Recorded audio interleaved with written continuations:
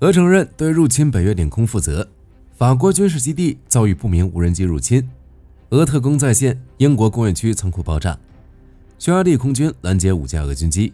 美军机紧急起飞拦截俄战略轰炸机。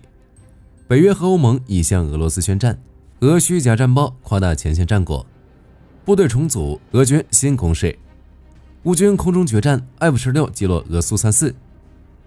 俄燃料供应崩溃，加油站数量下降 14%。泽连斯基宣言战争结束后不再参加选举。精彩资讯马上开始。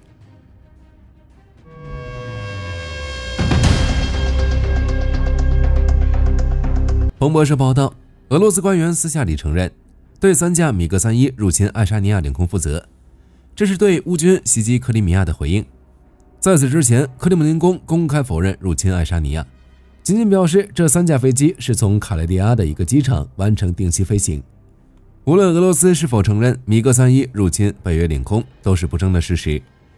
欧洲要小心俄罗斯接下来的动作。火力军之前就表示，俄罗斯这是要试探北约的能力以及对入侵领空的反应。如果结果可以接受，那么随之而来的就是更进一步的入侵。当然，北约与俄罗斯的战争暂时还不会发生，现在的俄罗斯依旧处于试探的阶段，不过频率越来越高。丹麦再次遭遇无人机袭击，法国军事基地上空检测到不明无人机飞行，英国这边仓库工业区发生了爆炸。针对米格31入侵北约领空事件，最开始的时候，北约的反应平平无奇，无非是谴责，但是从近期的消息来看，态度已经相当强硬了。就像火力军之前说的那样，再敢入侵那就打。特朗普表态支持北约击落入侵欧洲的俄罗斯战机。北约秘书长吕特也在接受采访时表示，他完全支持击落入境战机的观点。瑞典国防部长帕尔琼森宣布，如果俄罗斯飞机越过该国领空，瑞典军机将与俄罗斯飞机交战并击落。或许是考虑到北约的态度太过强硬，俄罗斯害怕自家战机真的被击落，导致冲突进一步升级，于是派遣无人机与特工入侵，试探北约的态度。法国、丹麦与英国的遭遇就可以证明这件事。在此之前，丹麦首都哥本哈根以及瑞典首都奥斯陆在同一天遭遇不明无人机入侵领空，导致机场被迫关闭。现在这种事又来了。由于不明无人机入侵，丹麦北部奥尔堡国际机场关闭。当地警方证实，后来有报道称，埃斯比约和森德堡市的机场以及斯克里德斯德鲁普空军基地附近也发现了无人机。就目前的情况来看，尚不清楚这些无人机的具体型号，丹麦也未能逮捕无人机操作员。由于无法保证安全，也没有击落无人机，只是更进一步的消息就没有了。丹麦武装部队宣布，他们正在支持地方和国家警察进行调查，但以案件敏感为由，拒绝提供更多细节。结果其实很明显，4个地方同时发生类似的事件，你说这是偶然，谁信啊？另一边，法国军事基地附近也遭遇不明无人机，这不是最新的事件，但最近才报道。法国国防部代表称，在马恩省穆尔梅隆勒格兰德军事基地上空检测到不属于军方控制的无人机，目前无法确定无人机与外国势力有关。很官方的说法，毕竟没有证据，不过就火力军来说，这件事大概与俄罗斯有关。根据法新社的报道，在2024年的时候，穆尔梅隆勒格兰德军事基地接待了部分在法国接受训练的乌克兰军队，目前这里还有一个无人机操作员战术培训中心。火力军有理由怀疑俄罗斯这是想要刺探相关情报，评估法国的实力。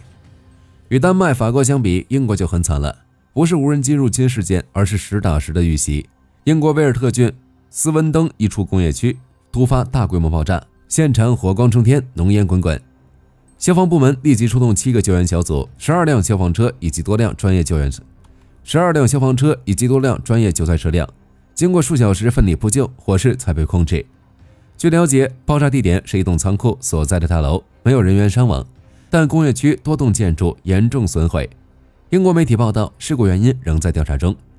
无论是丹麦、法国的无人机事件，还是英国遇袭，都没有明确的证据表明这事儿是俄罗斯做的。世界那么大，什么都有可能。但是在俄罗斯频繁入侵北约领空的当下，克里姆林宫的嫌疑是最大的。英国这边前不久，伦敦警察反恐部门就以涉嫌协助俄罗斯情报部门为由，拘留了3名公民。丹麦政府认为新无人机事件是一次混合攻击，主要针对心理影响，类似的事情很可能会再次发生。火力军有理由怀疑这3起事件就是俄罗斯特工执行的，用于测试北约这些事件的容忍度，或者说考验北约的情报部门，并将欧洲各国的目光从援乌投向保卫自己。对于俄罗斯来说，这也没办法。如果再出动米格31，无法保证后果；但使用无人机的话，又无法从俄罗斯飞到法国与英国，只能采取敌后作战的方式吸引欧洲的关注。只要找不到证据，自己就是安全的。除了以上这些，俄罗斯还在入侵的边缘疯狂试探。匈牙利在波罗的海上空拦截了5架无人机，美国在阿拉斯加附近拦截了俄罗斯战略轰炸机。北约空军司令部报告称，在波罗的海上空，2架匈牙利鹰式战机拦截了5架接近拉脱维亚领空的俄罗斯战机，其中包括苏30、苏35以及3架米格31。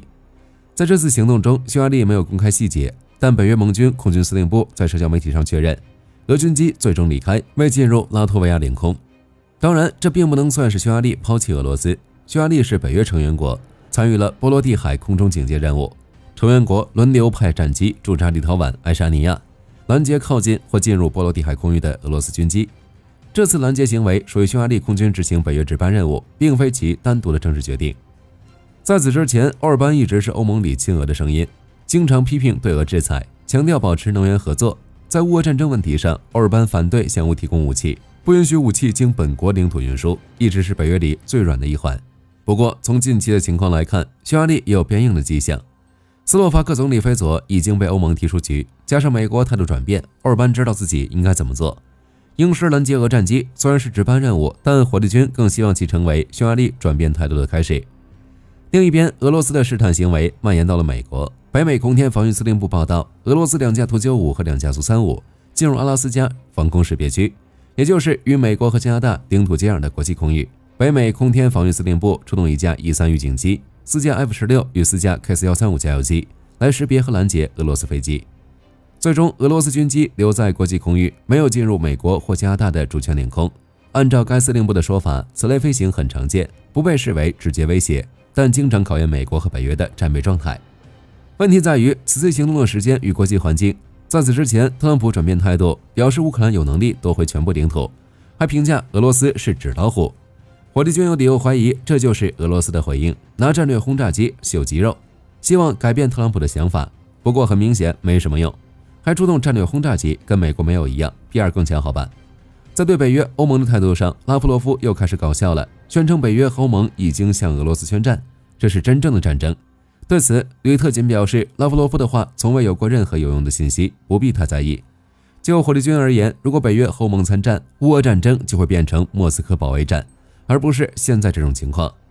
某种程度上来说，俄罗斯这是给自己脸上贴金。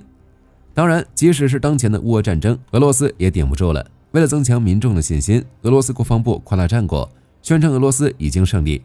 实际上，乌俄战争打到现在，俄军想发起新攻势都没有足够的兵力，后方也变成了窟窿。在乌军无人机的袭击下，俄罗斯加油站数量下降了 14%， 燃料供应已经崩溃。战争研究所报道，俄罗斯国防部继续夸大在乌克兰的战果，声称在2025年1月1日至9月25日占领了乌克兰至少4714平方公里的土地，205个定居点。火力军很好奇，俄军哪来的那么多土地？战争研究所评估，俄军仅占领了3434平方公里。虚假战报，这是俄罗斯国防部的常规操作。在8月份，格拉西莫夫就表示，自2025年3月以来，俄军已经夺取了3500平方公里土地，实际上这个数字应该是2346。火力军估计，俄罗斯这是把之前插旗的地方也算上了，也就是通过渗透作战进入乌克兰阵地后方，然后在那儿插个旗，就直接宣称我们已经占领该地区，实际前线还在打。俄罗斯之所以搞这些虚假战报，目的就是掩盖战场劣势，打造出自己已经要赢的感觉，试图让欧洲相信自己的实力。只是实际情况如何，其他人很清楚，俄罗斯的目的注定无法实现。这种虚假战报不可避免地对友军造成了影响，如果轻信目标已经占领，毫无防备地进入阵地，结果是什么不言而喻。在前线方向，俄军正在重新安排部队，为多个地区的进攻做准备，但是很明显，俄罗斯缺乏维持这些行动所需的兵力。乌克兰军事观察员科斯季扬·廷马绍维茨声称，俄军计划在库皮扬斯克、莱曼、康斯坦丁尼夫卡红军村以及扎波罗热方向发起新的攻势。不过，仅依靠当前兵力根本不足以满足俄军攻势。于是，从8月份开始，俄罗斯军事指挥部就开始转移前线兵力，从优先级较低的地区转移至康斯坦丁尼夫卡红军村。比如，俄罗斯第76空降师从苏梅州重新部署到顿涅茨克南部方向。俄罗斯空降师算是战斗能力较强的部队之一，在经过初期的损失之后，就沉寂了一段时间，将这些部队重新部署到前线最优先的地区。俄罗斯司令部还在赫尔松的第70摩托化步枪师建立作战预备队，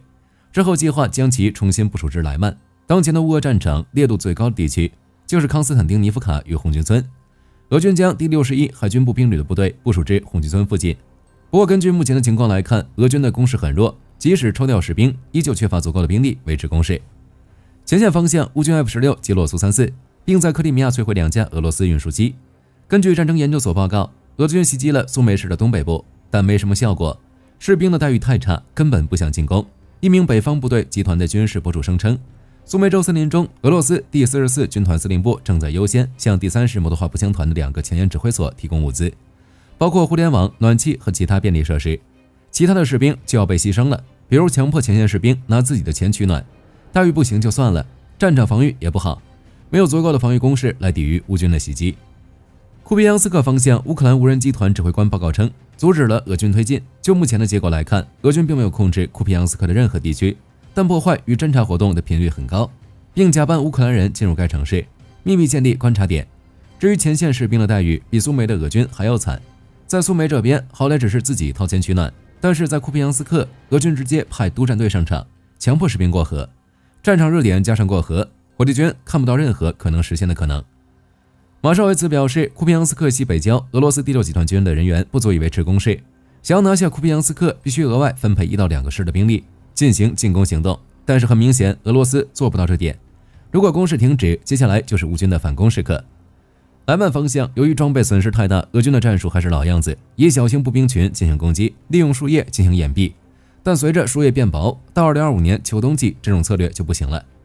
卢甘斯克州，乌军无人机击中了俄罗斯一个汽油配送中心。乌克兰武装部队无人系统司令尤里马蒂亚尔表示，燃气灶里的燃料已经不那么蓝了，很快连吊灯都开始闪烁。与袭击俄本土相比，这种方式造成的影响更大，一个是以后没有用，一个是现在没有。可以预测的是，俄军的攻势恐怕会越来越弱。当然，近期的战报中最劲爆的还是 F-16击落苏35。根据媒体的报道，本次事件发生在扎波罗热地区，苏34在执行轰炸任务时被 F-16发现并拦截。乌克兰总参谋部随后发布报告，确认了这一点。乌克兰空军没有说明是使用防空系统还是 F-16击落俄军苏34，但从目前情况来看，极有可能是乌军使用 F-16伏击苏34。一旦证实的话，这将是乌军 F-16在近期完成的最大壮举，这应该也是该款战机首次击毁苏34。俄军一共生产了140架苏34，截至9月25日，俄罗斯共损失31架，被击落1架少1架，单个战机价值约5000万至6000万美元。俄罗斯战斗轰炸机频道证实，苏34被击落，多个俄军事博主称飞行员成功逃生。不过即使如此，俄罗斯国防部依旧不承认，表示苏34轰炸乌克兰武装部队、南方集团军的临时部署点并安全返航，否认有战机被击落。但真相是什么，相信大家都知道。不承认损失，这是俄罗斯国防部一贯的操作。F-16上一次高调出击还是在8月4日，地点也是扎波罗热，当时乌军空袭了卡缅斯克一带的俄军指挥部。可以看到的是，乌军战机出动的频率越来越高。除了击落苏35，乌军还打击了俄军在顿涅茨克的一座指挥所，建筑大楼持续爆炸，并升起浓浓的烟雾。有消息称，俄军的指挥系统和武器仓库都在空袭中被毁，至少有3栋建筑物被夷平。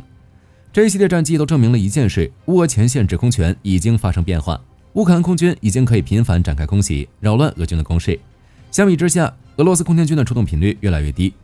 克里米亚方向，乌军再次攻击克里米亚机场，摧毁俄军2架运输机。马什报道，乌克兰特种部队袭击了俄罗斯的卡查空军基地，至少对该机场进行了2次成功撞击，记录到多个起火点。乌克兰情报总局随后发布报告，击毁了2架安-26运输机，外加2套海岸雷达系统。卡查机场，乌克兰之前也曾对其发起过多轮袭击，它是俄罗斯建立在克里米亚的一个关键基地，空天军和海军航空兵都需要卡查机场来展开行动。在连续的打击下，该机场严重受挫，进而影响俄军的远程打击。这是3天内乌克兰第2次猛攻克里米亚。在此之前，乌军还向俄军31师所在的萨克斯基区发射了海王星导弹。乌军对克里米亚的高强度攻击，火力军怀疑这是不是要反攻了？长期以来，克里米亚是俄罗斯的后勤基地，负责运输前线的补给物资。而当前的乌俄战线，乌军也确实在苏梅和红军村等地发起了反击，收复了不少失地。接下来局势如何发展，火力军将持续关注。战场之外，袭击俄本土的行动仍在继续，俄罗斯燃料供应已经崩溃，加油站数量下降14%。根据媒体报道，俄罗斯克拉斯达诺尔地区阿菲普斯基炼油厂遭遇无人机袭击，无人机的碎片击中了炼油厂的一个装置，引发了一场覆盖约30平方米的大火，没有人员伤亡报告，应急和专业人员继续在现场工作。阿菲普斯基炼油厂专门生产汽油和柴油，并供应给俄罗斯军队，其年加工能力约为625万吨原油，是俄罗斯武装部队的主要燃料枢纽之一。同样是克拉斯达诺尔地区，一架大型化肥厂也遭到乌军无人机袭击，目前已经暂停运营。路透社曾报道，自乌俄战争开始以来，5家大型俄罗斯化学公司已为炸药和火药厂提供了超过75%的关键化学品，并通过铁路运输。这个化学厂也是如此，现在被乌军干掉也很正常。因为乌军无人机的袭击，俄罗斯的燃料供应已经崩溃。俄罗斯媒体报道称，由于燃料短缺，加油站数量下降了14%，每50家加油站中就有1家停止燃油销售。俄罗斯南部地区情况最为严重，而在克里米亚和塞瓦斯托波尔，近一半的加油站已经关闭。供应中断影响了莫斯科、列宁格勒、梁赞、夏诺夫哥罗德等地区，均出现了 A92 和 A95 燃料短缺。作为一个石油出口大国，国内却出现燃料短缺的情况，真是够搞笑的。俄罗斯宣传人员开始使用含糊其辞的说法，声称危机是由于炼油厂维护，属于计划之中。不过明眼人都看得出来，在过去几个月里，乌克兰持续打击俄罗斯炼油厂、油库、燃气管道、天然气加工厂，给俄罗斯经济造成致命影响。俄罗斯损失32%至35%的炼油产能，汽油短缺的持续或恶化，经济陷入困境已经是不争的事实。加上俄罗斯财政部还有增税，民众的生活水平会持续下降，肯定会引发社会不满。或许不用乌克兰动手，俄罗斯内部就会乱起来。在接受采访时，泽连斯基宣布不会在战后寻求连任，将在停火期间推动选举。在接受 Axios 采访时，泽连斯基表示，在俄罗斯全面战争结束后，他不会寻求连任，这不是我的目标。在非常困难的时期，我非常想与我的国家在一起，帮助我的国家。我的目标是结束战争。之后，泽连斯基还表示，乌俄停火期间，乌克兰可以举行总统选举，在战争结束后，自己就会辞去职务。不得不说，泽连斯基的境界很高，辐射寄于危难，救家国于水火，攻城拂一去，不留功于民。在俄罗斯之前的宣传中，一直拿泽连斯基非法的说法抹黑乌克兰政府，因为其第一个任期在2024年5月就结束了。但事实却是，因为乌俄战争，乌克兰宣布戒严，选举无法举行，泽连斯基的任期也被延长。要举行选举，议会必须首先解除禁言令，然后确定投票日期，这是乌克兰法律允许的。俄罗斯一直揪着这个事情不放，归根结底还是不想和谈。针对俄不断攻击乌克兰基础设施的事情，泽连斯基在接受采访时表示，特朗普允许我们反击，承诺向乌克兰提供武器。如果我们拥有美国远程武器，我们将使用它们，迫使普京坐到谈判桌前。俄罗斯官员必须停止战争，否则他们必须知道最近的防空洞在哪里。换而言之，就是攻击克里姆林宫。之前我们就聊了，火烈鸟已经升级，可以打击地下工事，普京的地堡也不再安全，就看俄罗斯会怎么选了。好了，这期视频到这儿就结束了。各位觉得乌俄战争会如何发展？可以在视频下方留言，大家一起讨论。喜欢的话不要忘记点点关注。我是火力军，下期见。好的，各位观众朋友们，我们频道一直在聊真实的军事资讯和武器装备，后台也经常有朋友问，有没有值得推荐的入门级模型？今天就和大家分享一款近期接触到的产品。首先，它的外形还原度做得相当不错，比例准确，武器上的一些关键细节和标识也都有体现，材质也说得过去，拿在手上有不错的分量感。其次，它具备一定的可动性，对于理解基础操作原理有一定帮助，让它不仅是个静态摆件。综合它的做工和可玩性来看，价格确实比较亲民。对于想入门模型收藏，或者单纯想在桌上贴一个摆件的朋友来说，是一个性价比很高的选择。商品链接已经给你们上了，感兴趣的朋友可以自行了解。